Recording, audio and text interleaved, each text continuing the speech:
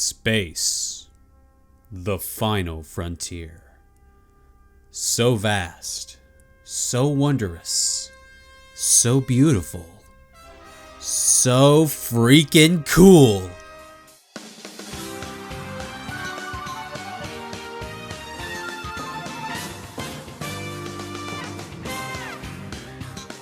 Man, I love a good space story. Sci-fi in general is just so amazing. Not just in the fascinating settings, but also in its ability to pretty much take any other genre, whether it be books, movies, TV shows, even music, and make it 100 times better by just doing what it's doing, but in space. Westerns, horror, love, adventure, war. Okay, we get it. What you say? That you only meant when. And that goes for video games as well. I mean, just look at some of the oldest titles and you'll see them all as these white blocks on black backgrounds, which is already enough to make it look all spacey. So you might as well add some aliens and a spaceship, and look what you did. You just started one of the best forms of media in all of entertainment. Science fiction, video games. They're almost synonymous with one another, as they both kind of transport us to another dimension, allowing us to explore the far reaches of what is to us the unknown, using these weird looking technological boxes connected to a screen as a sort of gateway. But maybe that's getting a bit too philosophical. Let's get to what you clicked on this video for.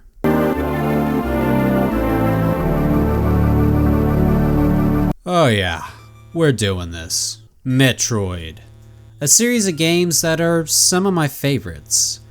I think my earliest experiences with Metroid were with Smash Bros. Brawl and Some Call Me Johnny's reviews on the series. Watching him pour his heart out about a series he loved really inspired me to get into it the first chance I got. I really had to thank the combo of Brawl and Johnny for getting me into so many series that are now some of my favorites. I literally would have stayed just a Pokemon kid without them, and that would have been a very narrow lens of what gaming can be. Jesus Christ. The original Metroid started development in 1986 after the NES had already launched with plenty of successful titles like Super Mario Bros. And The Legend of Zelda.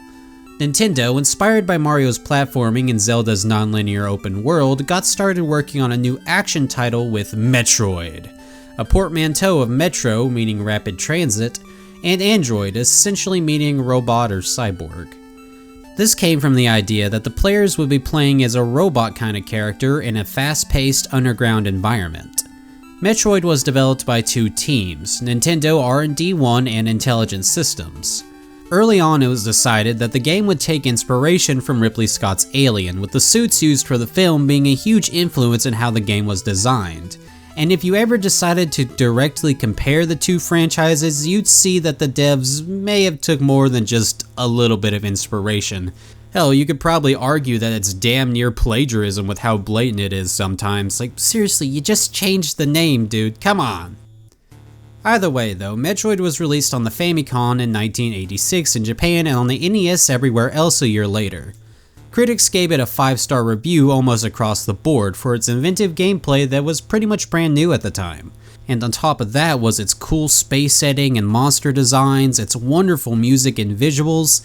Metroid was a bona fide classic game as soon as it came out, but it did have some hiccups that were pretty evident to everyone who played the game. Even my child self back in 2014 when I first played it, yeah, you could feel the jank. But hey, let's start with that story. In the year 20x5 of the cosmic calendar, the Galactic Federation, who's not really the "Ooh-rah, shoot those motherfuckers!" like they would be, later in the series, and are more like, "Have it, you fucking I don't fucking have Uno, motherfucker! Go to the arcade and you'll be able to download it for free, motherfucker! It's a fucking card game, they don't even charge people for it! 9, 10, or 11! You don't know a goddamn thing! The Galactic Federation is having a problem with space pirates who have recently attacked a research vessel containing a deadly parasitic life form known as a Metroid. the pirates, aided by a biological supercomputer known as Mother Brain, plan on replicating the Metroids to build an army to conquer the galaxy. The Federation has located the pirates' home base on planet Zebes, but they need assistance in penetrating and neutralizing the threat. So, they hire the galaxy's best bounty hunter, who has some history with the planet, Samus Aran, known for his uncanny ability to complete impossible mission with his skills and technology while also being a bit of a ladies' man. Samus is sent to the planet where he must take on the space pirates, including two mini-bosses, Kraid and Ridley, before making it to the brains of the operation, Mother Brain. Most of what I just told you came from the manual for Metroid, as in this game, this little text box is all you get. The manual is available online now in a few different places, and I think it's a neat little read as it has all these fun little illustrations, with Samus done in the cute chibi style kinda being my favorite, though man, you can really see that alien inspiration with the older design of Ridley, yeesh. Speaking of the visuals of this game, they are really nice for the NES. Everything is bright and colorful, all the enemies are all cool alien things. Bosses are all these crazy dinosaur mutants or a cool ass giant supercomputer. I love the look of Samus's badass battle suit with its asymmetrical cannon arm and its sick as hell visor. And the suit even changes colors to help you know which weapon you're currently using. And the different environments, I already said they're colorful, but they're so distinctly alien. With how some of it looks like boiled flesh with the bubbles popping up, ugh. But before I get into my one gripe with this game's visuals, I believe we need to understand something. The way I'm presenting Metroid NES to you, the viewer, is in fact unfair and not at all what the devs intended. You see, I'm showing you Metroid bare ass naked.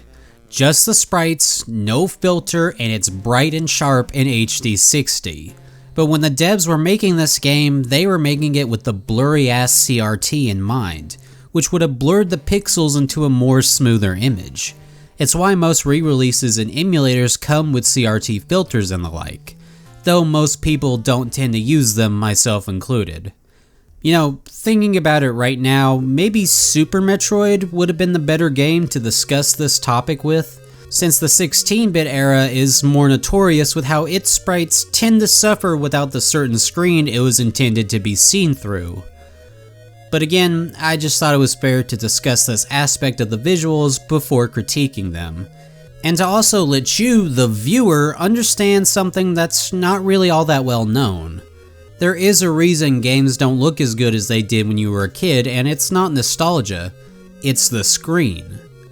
But all that being said, this actually doesn't really affect games like the original Metroid all that much, due to the sprites being extremely simplistic even for an 8-bit game. So yeah, that last paragraph definitely should have waited for the Super Metroid video. Pixel smoothing is dog shit. Now my only problem when it comes down to visuals is how many of these areas look the same, which makes one of my biggest gripes with the game a way bigger problem than it really should be. Like I mentioned before, Metroid is an exploration type game, where you explore multiple areas trying to find power-ups and bosses to beat. Now this game isn't exactly huge, but it's got lots of similar looking corridors that really could have used something, anything to help distinguish which part of the map I'm in. Now if Metroid had a map in general, this would have been no issue, but there isn't one. Unless you have the original game's manual, which gives you— what the fuck is this? Did they really expect people to actually use this vague ass thing? It looks like a preschooler painted it in watercolors and then some other kid came up and sprayed the shit out of it with a super soaker. Okay, and before anyone jumps down my throat, yes, this is technically an accurate map. It was done in a way to keep people from knowing all the secrets, but still being able to give them a vague sense of direction of where the bosses were. And you know what? I can understand that.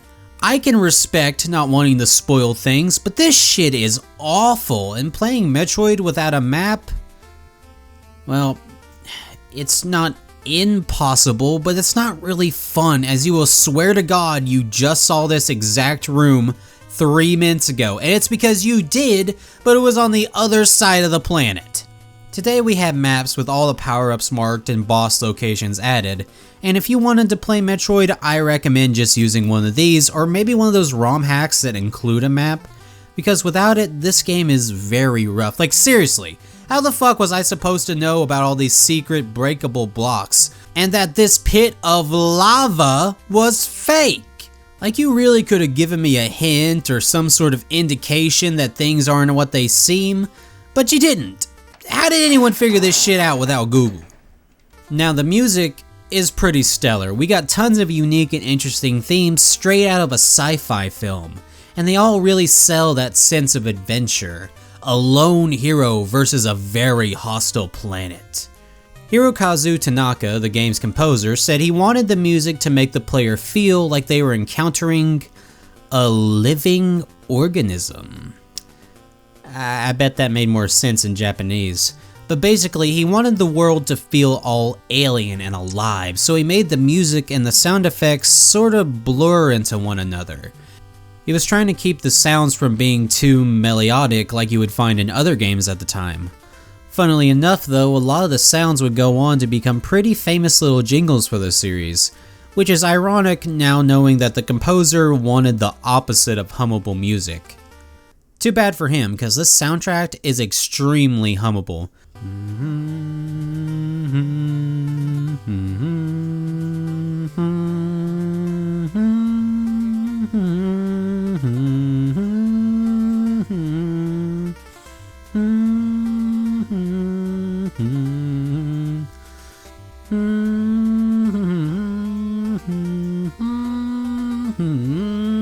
Oh fuck, actually that's kind of hard. But hold on, all of that stuff we just talked about is great.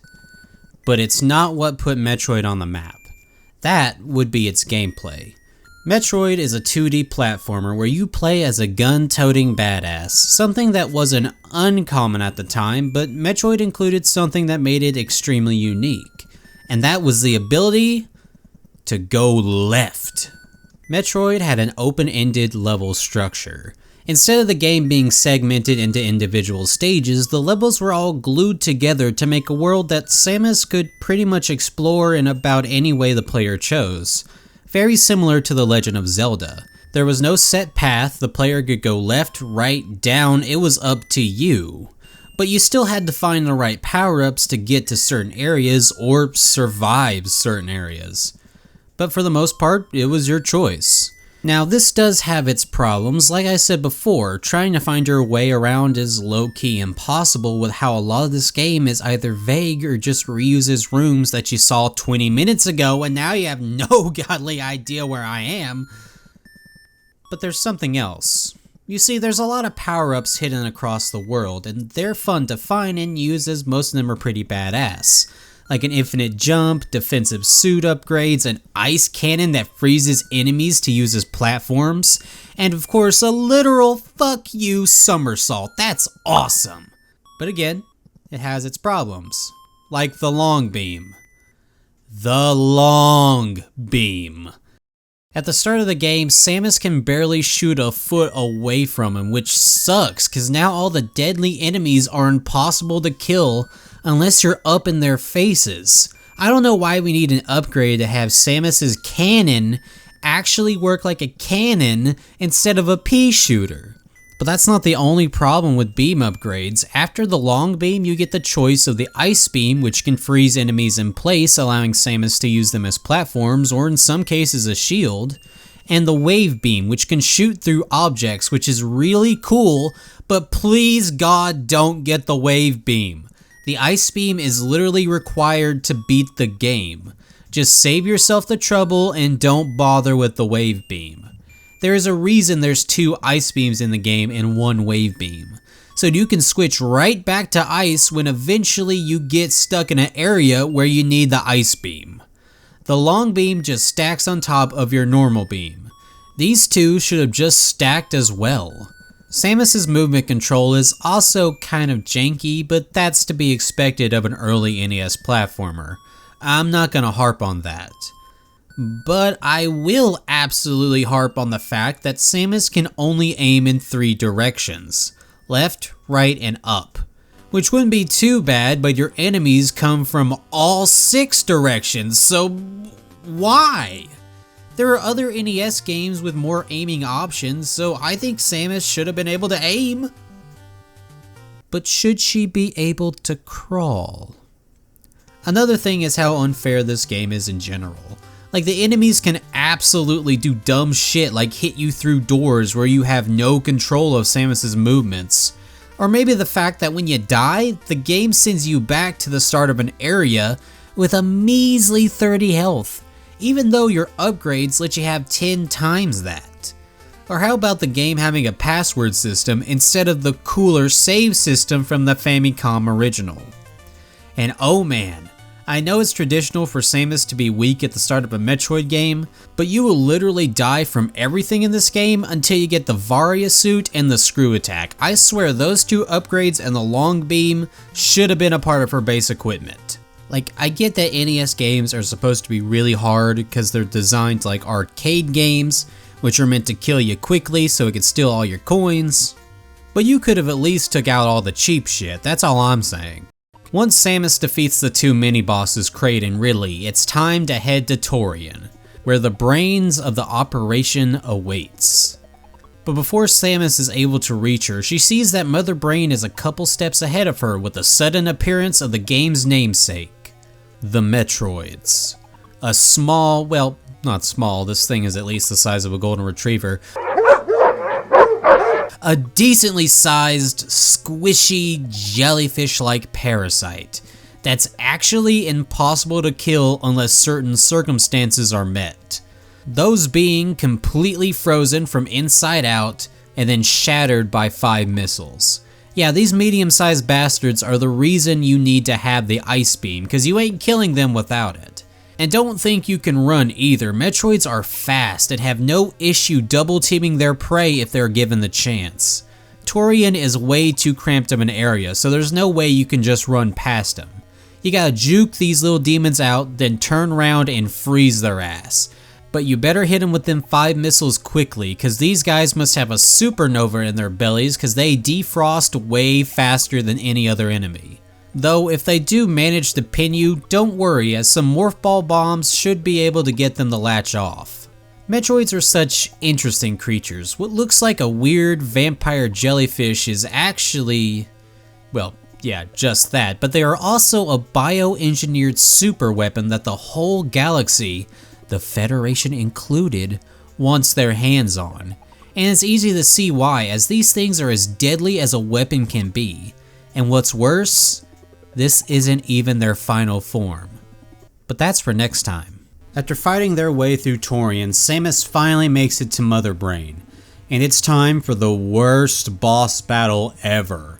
I mean really, it's just pumping missiles into a wall until it breaks, then jumping through said wall before it closes, 3 to 4 separate times before having a war of attrition with a brain in a jar.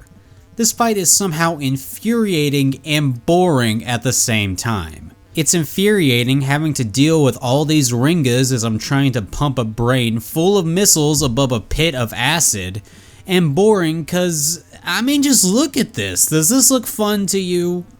Well, after blasting that brain out of its jar, the biocomputer does one last fuck you by starting a countdown that will blow up Torian. The cool music starts to play as now Samus has to climb this vertical tower before time runs out. When we finally make it to the top, we see a victory screen congratulating us for our, well, victory, but warning us of a possible invasion by the other Metroid? Hey everybody! Well, after the victory speech fades, we see Samus start to glow flashing colors until it's revealed that Samus is trans? Good for her. I should have done this video during Pride Month to celebrate. Whoa, hold your horses there, cowpokes. Before you start typing in them there comments, I want you to know that I'm just making a humorous observation based on the manual and the promotional materials painting Samus as a macho man, while the game itself reveals that she's a lady. Though it is kind of odd how often the devs joke about her being trans. Like if I had a nickel for every time a Metroid dev joked about Samus being trans in an interview, I'd at least have like, what, one of them little paper tubes full of nickels? Like this just keeps coming up a lot, so I don't know if it's like an inside joke or they just don't want to say it. Either way though, she's definitely not into dudes. But seriously, Samus was one of the first female protagonists in video games, and this was something that was decided about halfway through development, when the team kinda just looked at Samus and said, you know, there's no reason Samus can't be a woman. Oh, like an alien? Yeah, like an alien. So the team took a vote and decided that Samus was a woman, with her appearance being obviously influenced by Sigourney Weaver, who played Ripley in Alien, and Kim Basinger's character from My Stepmother Was an Alien? Alright. Of course, the marketing team weren't too sure if a female protagonist would sell, so they swapped her gender and promotional material and left the reveal to be a huge surprise for players who beat the game in under 3 hours. Was she really only wearing her undies under that suit? I know it's like biomechanical, but it must chafe like a bitch. Well, after the players see Samus in her undies, they unlock a version of the game where you play as Samus in a one-piece bathing suit designed to match the one made by Justin Bailey. You can actually play a version of this Samus early on if you put Justin Bailey in as your password when you continue. Though how the hell does she turn into a ball in this form? Whatever. At least I get to see Samus with her red suit and grayed hair. I don't know why, but this is like my favorite look for her when she's out of the suit. It's so Christmassy. And that's the original Metroid, a game that was the beginnings of one of my favorite video game genres and series of all time. But still a game that was kind of clunky in its execution. I don't really recommend the original Metroid all that much unless you're just curious about where the series started. And hey, if you are, you can always play it the way I first did. Narpa's Sword, or Nar Password, is a cheat that pretty much makes you invincible and starts you off with some cool weapons, including an altered version of the Ice Beam. Weird. But thankfully, if you're interested in starting the Metroid series from the beginning of the story, and you don't want to touch the NES game at all, Nintendo thankfully has you covered with the 2004 remake of the original Metroid, Metroid Zero Mission. Wouldn't have Metroid First Mission fit better for a remake of the first game? When you call it something like Zero Mission, it kind of feels like a prequel of sorts. Though maybe it's in reference to like a year zero or issue 0 of a comic or manga. And of course, we also get the Zero suit in this game, so who cares? The idea for Zero Mission came around after Metroid Fusion was released in 2002. After that, the team behind the game really wanted to get to work on the next game in the series, but figured they would need something in the in-between to help keep fans satisfied. And yeah, that was a good fucking idea. So the team wanted to do a remake of Super Metroid on the GBA. So they went to Yoshio Sakamoto, a Nintendo veteran who's worked on Metroid since the first one on the NES, to see what he thought. And he basically told him, こんにちは、これは面白いインターネット翻訳ジョークです。これは本当に面白いので、日本語を話す人たちは完全に笑ってると思います。We didn't really think of that. エミ日本語でペニスって言いました。And from there they got started. At first there was some trouble with how on earth they can make an NES game feel new, but the answer was pretty obvious. Just polish it up. Add some newer mechanics and power-ups from later games, and add all the things the original should have had to start with, like better aiming and a save system. Then after that, the next thing they added was more story elements, stuff to really just flesh out the world, including cutscenes that show things like the villains preparing for Samus's arrival, and even new stuff like Samus's origin story. They even had a full manga released before the game to sort of give us even more details of Samus's past, while also exploring Samus's thoughts and feelings during the original game's story. I'm actually not sure if all of this stuff is canon or not, but the parts with Samus as a kid are definitely canon, so let's delve into them a little bit. For one, Samus was a little girl on a research station with her parents who were heading up a mining operation that got raided by space pirates. After that, Samus was adopted by the Chozo, Grey Voice, and Old Bird, and from there she is trained to become a super warrior on the same planet as in the NES original. She even meets Mother Brain before it goes all crazy. It's a good read that goes over a lot of the story elements that the series doesn't really dive into too much, and the art is gorgeous. I love how they draw Ridley in this. It's kind of goofy but super terrifying. I mean, look at this shit. The expressions may make you think that Ridley feels bad about scaring poor baby Samus. And maybe he shouldn't have killed her parents and destroyed their mining facility. And then he lunges at her like, psych bitch, and he tries to eat her. What the fuck? I'm pretty sure I can't just link to the fan translation in the description, at least without getting in trouble. But if you're interested, it's just a single Google search away, so check it out if you want. Back to Zero Mission, there were a few little flashbacks here and there showing baby Samus on Zebes, but otherwise the story is pretty much the same. What's not the same is the new visuals and soundtrack. We're on a 16-bit system now, so we got a lot more pixels and instruments to work with. Zebes this time around is a lot more colorful and detailed, though that may be because this is a GBA title. You see, a lot of GBA games had to raise their saturation on their colors in order to be visible due to the GBA's lack of a backlight. Meaning that the way we experience these games now is not exactly how they're meant to be seen. Now, most emulators do have settings for this, like how we talked about NES games earlier, but like with the original Metroid, I'm sticking to the way modern emulators show this game at default. Why? Well, because Zero Mission was made with the SP in mind, which did come with a backlight, so for the most part, this is how the game was meant to be seen. And, you know, I like the brighter colors, to be honest. The actual design of the areas take a lot of inspiration from the Super Metroid version of Zebes, alongside the new areas that game added, but that's not all, as Zero adds in its own unique areas as well, making the world feel quite a bit bigger with lots to explore and find, while still feeling like I'm exploring the original game's world. This time with a much needed map, oh yes! And for newer players, if you get lost, you can now get these little marker things that tell you where to go, though it won't tell you how to get there, which I appreciate as that is the fun of Metroid. Following the path that's laid out or just forging your own, that non-linear gameplay is my kryptonite. Though be careful if you try to fight Ridley before Kraid. In the original, the main way was Kraid, Ridley, then Mother Brain, but you could fight Ridley before Kraid if you wanted, which wasn't that big of a deal. Here though, Ridley is super difficult, making an early attempt against him almost impossible. But the key word there is almost. If you got the skills and the right upgrades, you can absolutely beat him first.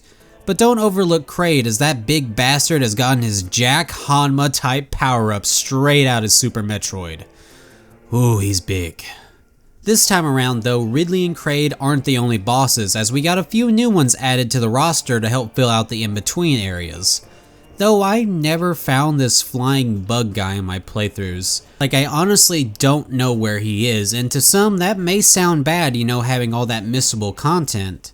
But to a Metroid fan, that is euphoric, cause that means we got a whole nother way of playing this game. And the cherry on top? Oh god. The Ice Beam and Wave Beam stack this time around. I do got one complaint with the gameplay though. The original game felt clunky with its controls, and you know, that's fine, it's on the NES, I get that. But on the GBA? Samus, no offense or anything, but you're way heavier in this game. It's like you got on lead boots or something. And the wall jump, look, I loved Super's wall jump, but it always felt clunky, and this game has the same clunky, but now it's just worse, which, yeah, Super's kind of breaks the game, but it was at least usable. And how dare they show Samus without the suit and her death animation? Like, come on dude, spoilers. Well, after busting her ass through Zebes once again, Samus makes it back to Torian, where we get to see the Metroids in much more gruesome well, not high definition like HD, more like higher definition than before. But still, they go out the same way. However, they are even more deadlier now, if you'd believe it. Samus finally makes it to Mother Brain and is the exact same shitty final boss. Right down to the fact that you have to sit there and shoot at— whoa! She attacked! Which I guess is better than her doing nothing, but it really just adds another level of tedium to the fight. Well, after destroying Mother Brain once again, Samus is met with the countdown to Torian's destruction, meaning that she has to make her way back out of this hell once again. She makes it out and we see her remove her suit like in the original as she escapes the planet, only to realize she wasn't the only one to escape. The pirates shoot down Samus's ship, leaving her stranded and now defenseless, save for her emergency stun pistol. Wait, why did the crash shut down her suit, and why is this leotard thing called the Zero Suit? Irrelevant questions that the game doesn't answer, but it does answer one thing. Metroid can crawl! But now Samus needs to explore the nearby space pirate mothership to try and find a way off the planet. Samus, now without her power suit, is pretty much defenseless and severely lacking in her usual attack power. She has to hide and scheme her way through the ship, and when she's found out by the pirates, her only option is to run. She does have one saving grace, however, her stun shot, which can stun a pirate for a few seconds, but only when it's fully charged. It's low-key scary and fun to try and keep Samus away from the ever-present threat of the space pirates, as any encounter can easily kill her with little to nothing the player can do to stop it. And this gameplay section coming right after you're playing as Samus as what we believe to be her peak in power is kind of a fascinating thing for the game to do. But while looking through the ship, Samus stumbles upon a Chozo temple that the pirates were excavating. A chamber within the temple tests Samus, and once she passes, she gains back all her abilities plus a few new ones. Throughout the game, there are mysterious items that are incompatible with her suit, but now, having proved her abilities with and without the suit, she's earned the right to use these items, which turn out to be overpowered upgrades to Samus's usual abilities, making her almost invincible compared to what we had played as in the last few sections. And now, it's go time. Oh man, it's so wonderful to see the same pirates that were just a few moments ago hunting Samus like a cat and mouse game, are now running away for their lives or getting obliterated like a cat running from a mouse in crazy mech armor. These bastards even hide in the same spaces Samus did. And after running through the ship like it's nothing, Samus comes across her strongest ability yet. The Power Bomb. Essentially, a miniature nuke. Oh, like the pirates weren't screwed enough. As Samus is searching for a way out, she comes across a dark room with an odd mechanical sound. As the sound gets closer, it's revealed that what's making it is... Why do I feel like this is a sex thing for Ridley? Mecha Ridley! An incomplete robotic duplicate Ridley made to show everyone how strong he is by proxy. Okay, this thing is absolutely a sex thing. I mean, look at Sakamoto's own comments on this thing and what Palutena says about it in Ultimate. Ridley is a kinky pterodactyl. Well, either way, this thing is the true final boss, with a unique gimmick in the fact that it actually gets stronger the more items you collected throughout the game. So if you 100% completed Zero Mission, collecting all the different upgrades, Mecha Ridley would be super powerful to match. And if you didn't, he's a bitch. This fight's honestly not too bad. As long as you're able to hit his weak point consistently, you should be fine. But I swear, one of my biggest pet peeves is when the weak point is at an awkward angle and you can't really aim at it, so you have to do a weird half jump or something similar. I hate that shit and I don't like it here. though this is a better fight than the Mother Brain one, so I can't complain too much. After beating Ridley's body pillow, it takes a note from Mother Brain and starts a countdown that ends with the destruction of the mothership. Yeah, I hope you don't get too sick of these sequences. After Samus escapes the exploding ship, we get a mission complete message and the credits roll, giving us a few more scenes of the room Samus was tested in, and it reveals that baby Sammy once went to that same room, and while she was there she carved a picture of herself and 2 of her 3 bird daddies, which is kind of cute. I really should have made this video during Pride Month, huh? After that, we get a results screen, which has different artwork depending on how fast you completed the game, and how many items you collected. And that's Metroid Zero Mission, a fantastic remake of a pretty, let's say, influential NES game. But seriously, if you ever have any interest in seeing where Samus got her start, or if you're interested in trying the series in general, you'll find that most people recommend Zero Mission as not just an amazing game, but as a great place to start the series in general. And you know what, I agree, it's got its hiccups, but I highly recommend this game. It's a good time and probably the second best way to play the original. What's the best, you ask? Oh, that's easy, the crunchy ass version of the original you get after beating Zero Mission. I mean, sure, it's pretty much a worse version of the original with how zoomed in the game is compared to it, but look at crunchy Samus, she's so cute. And you can even see her little eyes in the helmet, oh look at that. But don't look at crunchy Kraid, that guy got it rough.